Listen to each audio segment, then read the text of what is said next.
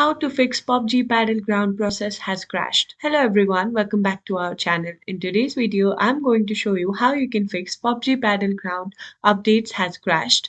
Now, without any further ado, let's move towards the video. You need to go ahead and go to search option over here, and from here we are going to find Windows Security. Once you find it, you need to click open it. From here, we need to go ahead and click on device security, and then you need to click on core isolation. Then details. From here, make sure that memory integrity is toggled off. And once you have toggled that off, you need to go back. And once you're here, you need to click on start icon. And from here, go ahead and simply restart your computer. But if that does not work, we need to head over to our browser. Then you need to simply go ahead and update your NVIDIA drivers. So simply go ahead and click on the second link that is over here. Now, from here, you can go ahead and manually search for drivers if you want.